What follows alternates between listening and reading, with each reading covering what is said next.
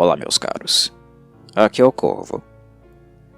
Horror Noir, a história do horror negro, documentário produzido pela Shudder em 2019, serve como complemento à excelente obra de Robin Armin Coleman, chamada Horror Noir, a representação negra no cinema de terror, publicada no Brasil pela editora Darkside.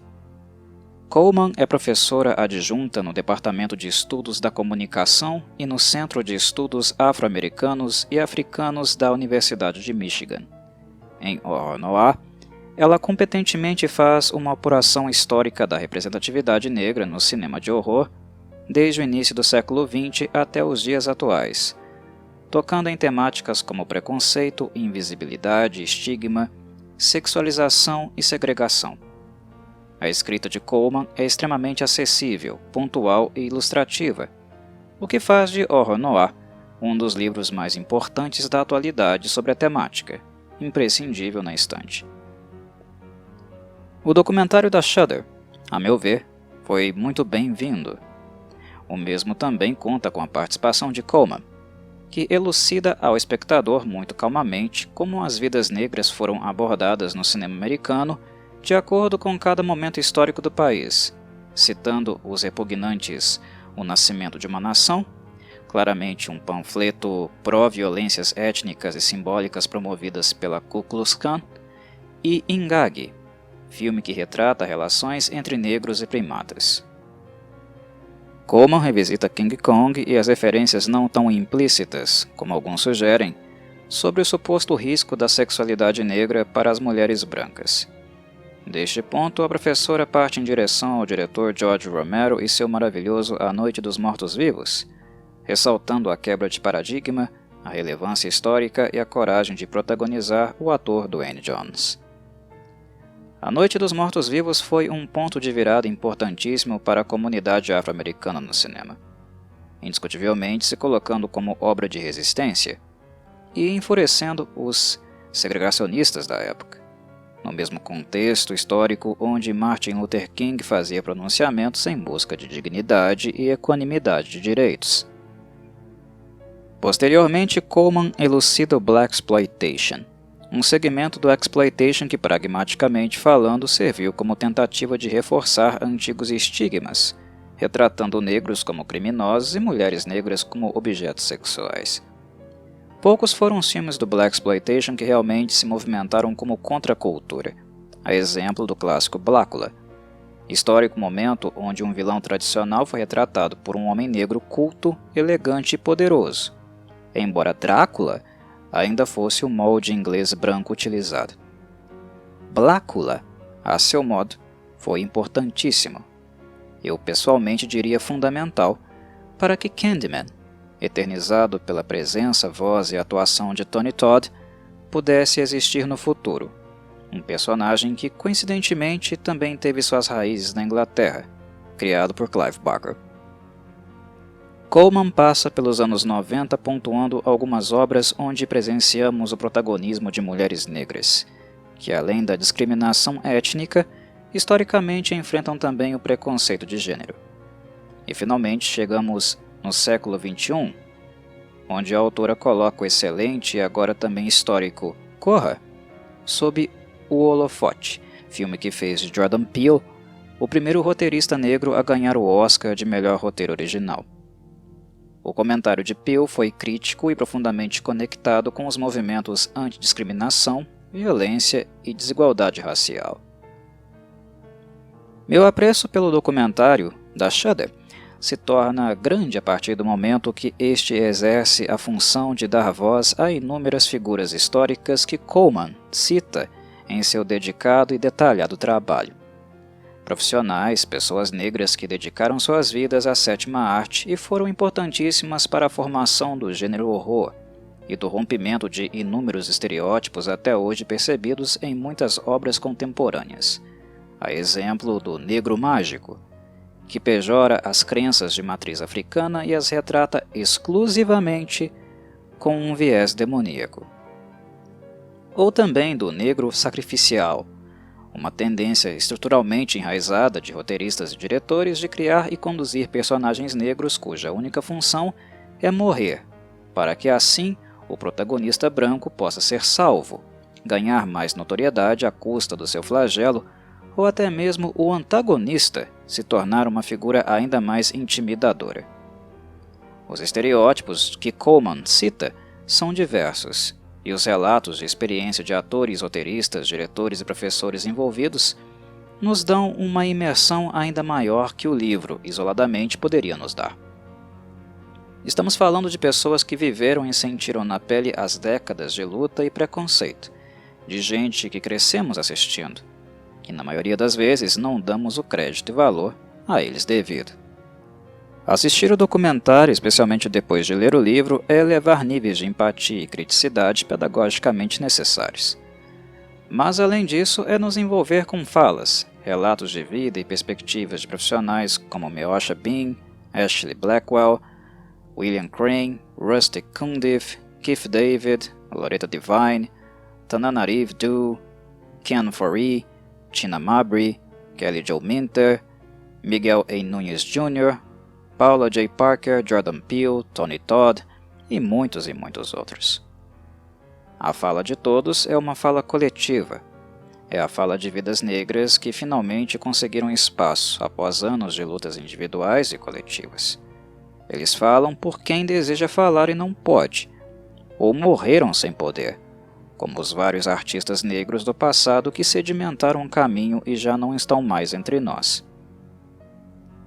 O documentário se torna ainda mais assertivo em virtude do encontro geracional que promove, profissionais do presente estabelecendo diálogo com outros do passado, que através do relato de experiência educam não apenas aqueles que estão assistindo, mas também a si mesmos. É simplesmente lindo ver todos eles juntos, falando não de suas carreiras e desejos individuais, mas de uma história de sofrimento coletivo, que foi socialmente construído e que continua sendo perpetuado. Vê-los pensando e refletindo sobre de onde vieram, por onde estiveram, e os caminhos possíveis e desejáveis para a desconstrução da barbárie é muito gratificante. A seguir, gostaria de dar voz à autora do livro que deu origem ao documentário. O sensível prefácio de Robin Coleman se situa em um lugar de fala que jamais estive, e sendo assim, as palavras dela comunicam o verdadeiro teor e humanidade contida no livro e documentário em questão.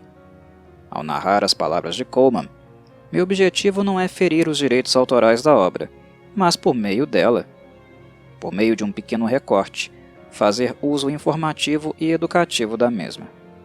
Considero isto imprescindível.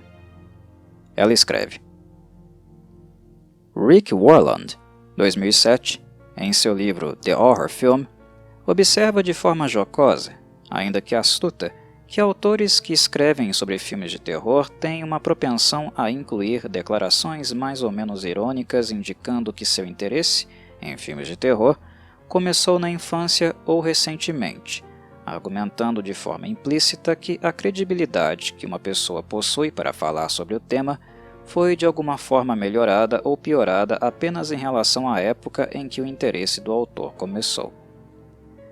Aqui eu me junto a essa banal tradição para oferecer minha própria declaração de interesse. Comecei a gostar de filmes de terror bem cedo, talvez com apenas 5 anos de idade. Essa revelação vai além das minhas confissões em relação às florestas psicológicas da minha infância levemente insana. Minha honestidade quanto ao consumo do terror, e quanto a gostar disso, é oferecida para fornecer a vocês alguma base relacionada às minhas experiências únicas com o gênero. Tenho esperança de que este vislumbre do meu mundo psicológico ajude você a compreender de onde surgiram, em parte, minhas interpretações sobre a representação dos negros no cinema. Escrevo este livro cheia de um sentimento de posse. Eu nasci e fui criado em Pittsburgh, Pensilvânia. Para os verdadeiros fãs de horror, eu não preciso dizer mais nada, pois vocês entendem o motivo de eu dizer que este livro é o meu destino. Para aqueles que precisam de uma pista. O lugar do meu nascimento foi o berço do Hércules do terror, George, A Noite dos Mortos-Vivos, Romero, assim como do extraordinário criador de efeitos visuais, Tom, padrinho do gore, Savini. Na pré-adolescência, eu estava levemente ciente de que literalmente segui os passos de Romero e Savini em meu shopping favorito de Pittsburgh, o Monroeville Mall. O shopping, como nós de Monroeville o chamamos, é a assustadora peça central em espaço e ideologia no filme Despertar dos Mortos, 1978, de Romero. O filme também continha a magia dos efeitos espetaculares de Savini nos mortos-vivos, ele, que também faz uma ponta como um zumbi motoqueiro. Em 1979, aos 10 anos de idade, eu gostava de fazer o que crianças entediadas do país inteiro gostam de fazer: andar no shopping. O personagem adolescente Flip Dog, Danny Hotch, do filme Garotos Brancos, 1999, colocou este rito de passagem mundano da juventude moderna em perspectiva de forma sucinta. Tudo o que eles fazem é andar pelo shopping o dia todo, indo da Chi-Chi's para Foot Locker e da Foot Locker para Chi-Chi's. Umas ocupações idiotas pra caralho. Idiotas mesmo. Foram as crianças da minha geração que, de forma desavergonhada, começaram a abandonar os parquinhos e os cantinhos de areia, preferindo andar pelas alas dos shoppings como zumbis. Mas o Monroeville Mall, nos anos 1970, era uma coisa realmente especial. Primeiro porque o seu primeiro andar era uma pista de patinação no gelo coberto. Com um ringue envolto em acrílico, o lugar parecia o Civic Arena, também conhecido como o Grande Iglu, lar dos Pittsburgh Penguins. Você podia se sentar perto do Poop a Go-Go, um restaurante que se parecia com uma barraca de cachorro-quente, e assistir ao pequeno Mario Lemieux, patinando de forma acanhada para lá e para cá no gelo, enquanto a pequenina e futura Michelle Quantz ficava no centro do ringue, cruzando as pernas e pulando. Alguns anos depois, a direção do shopping, não aquecendo a missiva de Romero sobre os perigos da produção em massa, iria desmontar o idiosincrático ringue de gelo com o Poop a Go-Go. O lugar foi abocanhado por uma loja de biscoitos Mrs. Fields, trocadilho proposital. Eu assisti Despertar dos Mortos com a minha avó e com a minha mãe no Greater Pittsburgh Drive-In, que frequentemente exibia filmes de terror tarde da noite. Embora tenha surgido uma década depois de A Noite dos Mortos-Vivos, o Despertar de Romero pareceu atrair sua parcela de negros. Existem pelo menos duas teorias interseccionadas sobre a afinidade dos negros em relação ao Despertar. A primeira explicação é que, uma década antes, muitos dos cinemas que exibiram A Noite dos Mortos-Vivos atendiam cidades do interior, servindo uma audiência predominantemente negra. Talvez o acesso tenha contribuído para o amor inicial dos negros para com Romero. Contudo, creio que essa proximidade foi apenas uma parcela daquilo que atraiu espectadores negros para os filmes seguintes do diretor.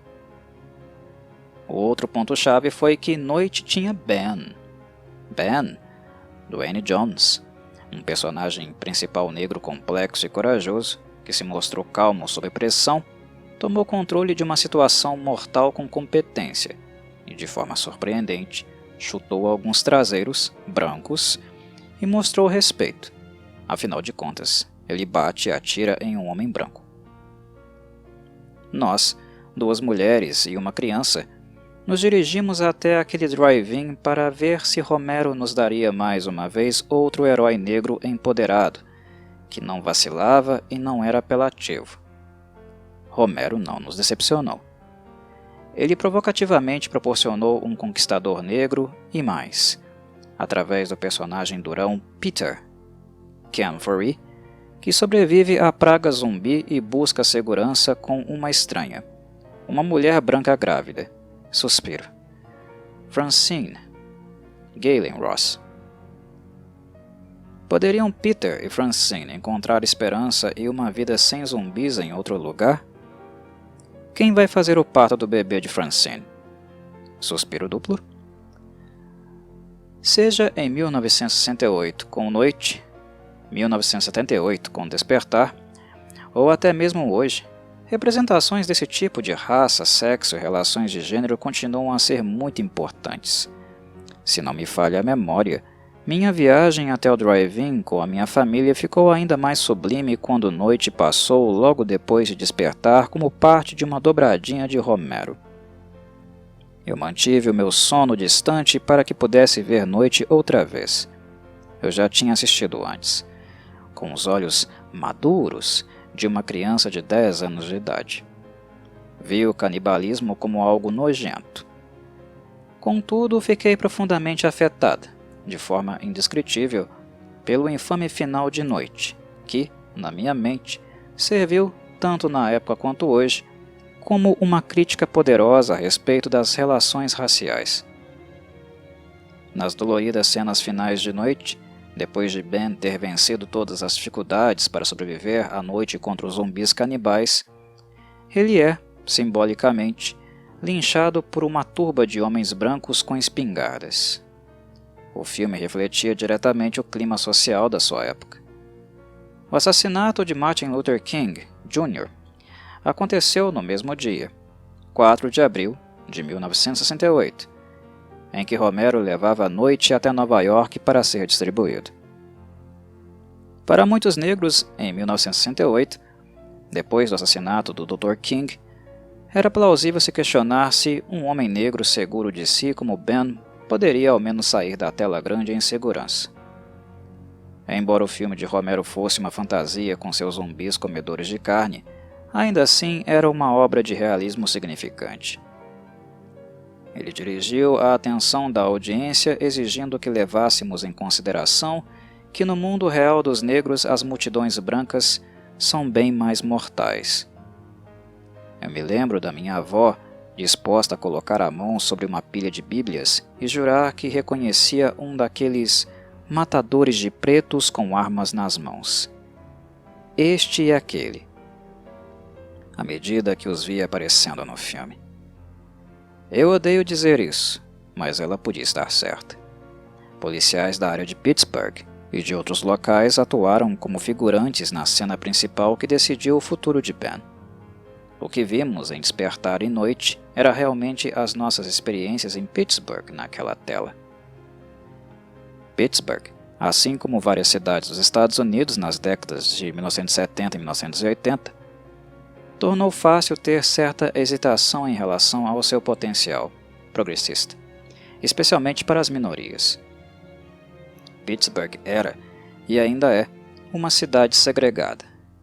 Seus bairros são ricos culturalmente, mas também servem como fronteiras raciais. O bairro de Bloomfield é predominantemente italiano. Polish Hill, colina polonesa, fala por si só. No lado norte da cidade, os negros, especialmente aqueles que vivem nas segregações elevadas e remotas do projeto habitacional Northville Heights, precisam fazer um grande esforço para chegar ao centro de Pittsburgh. São obrigados a descer a colina mais íngreme da cidade, atravessar as planícies e as pontes acima dos 3 rios famosos de Pittsburgh: o Allegheny, o Monongahela e o Ohio, para chegar no centro da cidade, também conhecido como o Distrito Cultural. O Distrito Cultural cedia alegremente shows da Broadway em turnê, convenções e, ocasionalmente, até mesmo um festival de filmes de terror. Para se conectar com os negros que vivem, por exemplo, nas altitudes da região leste, esforços comparáveis são necessários. Logo, não apenas a conexão interracial é um desafio na antiga Cidade do Aço, mas a união intrarracial também não é nem um pouco fácil. Romero fez a sua 4ª produção da franquia dos Mortos em 2005 com o filme Terra dos Mortos. O comentário social de Terra tem tudo a ver com limites. Corporativo versus público, ricos versus pobres, integrados versus marginalizados. E localização, especialmente sobre como aqueles 3 rios reforçam todas as formas de divisas e separações. Ao assistir Terra, eu vibrei quando o frentista negro, que se tornou o líder de uma facção zumbi rebelde, tomou o longo caminho para sair do seu bairro. Ele mergulhou na área em que os três rios se encontram e marchou no fundo escuro das águas com seu exército de compatriotas destituídos, para expressar sua insatisfação, de uma forma bem especial, em relação aos valores daqueles que se encontravam do outro lado das faixas raciais, de classe corporativas no distrito cultural. Romero entende Pittsburgh tão bem. Pittsburgh também tem, de forma dúbia, me fornecido algum capital de horror cultural para chamar de meu. Em 1982, o filme de terror Cão Branco contou a história de um cruel pastor alemão treinado por um racista branco para matar negros. Quando as pessoas comentam sobre o enredo fantasioso de Cão Branco, eu as recordo de Dolfo, um pastor alemão da polícia. Em um subúrbio de Pittsburgh, em 2002, Dolfo teve 3 reclamações registradas contra ele por negros que relataram ataques sem provocação. As coisas chegaram ao limite quando o cão preferiu atacar um menino negro de 9 anos de idade em vez de perseguir, sob o comando de seu treinador branco, um homem branco suspeito de tráfico que estava por perto. Dolfo foi suspenso pela força policial. Atualmente, Pittsburgh também é o lar de um clube de encontros de vampiros. Mas qual cidade não é? Ele está trabalhando para expandir seu grupo de lobisomens para pessoas como Nicole, que postou no grupo de mensagens do site werewolf.meetup.com: "Olá pessoal, tenho 20 anos de idade, sou mulher e lobisomem. E só." A cidade também possui a Associação dos Caçadores de Fantasmas de Pittsburgh, PGHA, que investiga atividades paranormais na área desde 2002. Os caçadores da PGHA afirmam conhecer particularmente um instrumento transcomunicador, ETC. Isso significa que eles gravam mensagens do além. Imagine Michael Keaton em Vozes do Além, 2005. Então sim, o fato de eu ser de Pittsburgh e de ser uma fã de terror desde cedo significa que trago uma nova relação com e uma perspectiva única sobre os filmes de terror. Meu interesse nos filmes de terror e em suas narrativas acerca da raça certamente não começam e muito menos terminam nos filmes de Romero. Filmes como King Kong, 1933, com seus nativos de pele preta entoando Uga Buga e que se enamoram da pele branca, são extraordinariamente úteis para jogar uma luz na forma como entendemos o papel de raça, assim como imaginárias, práticas culturais. E nem me fale de filmes como Bones, O Anjo das Trevas, 2001, inspirados pela cultura hip-hop, com seus temas neo, blaxploitation, ao som de rap. A corda que une todos os filmes que vou examinar aqui é a sua habilidade de inspirar abordagens raciais provocativas e que oferecem lições únicas e mensagens acerca das relações raciais. Eu mostrarei neste livro que existem muitos filmes de horror que contribuem para a conversa sobre negritude. Acredito que seja particularmente importante entender que existe uma miríade de filmes de terror, geralmente feitos por criadores negros como Spencer Williams, O Sangue de Jesus, 1941, Bill Gunn, Ganja e Hess, 1973, e Ernest Dickerson, Death by Temptation, 1990, que exibem temática negra, elenco negro e cenários negros que contribuem para o conteúdo inovador do gênero.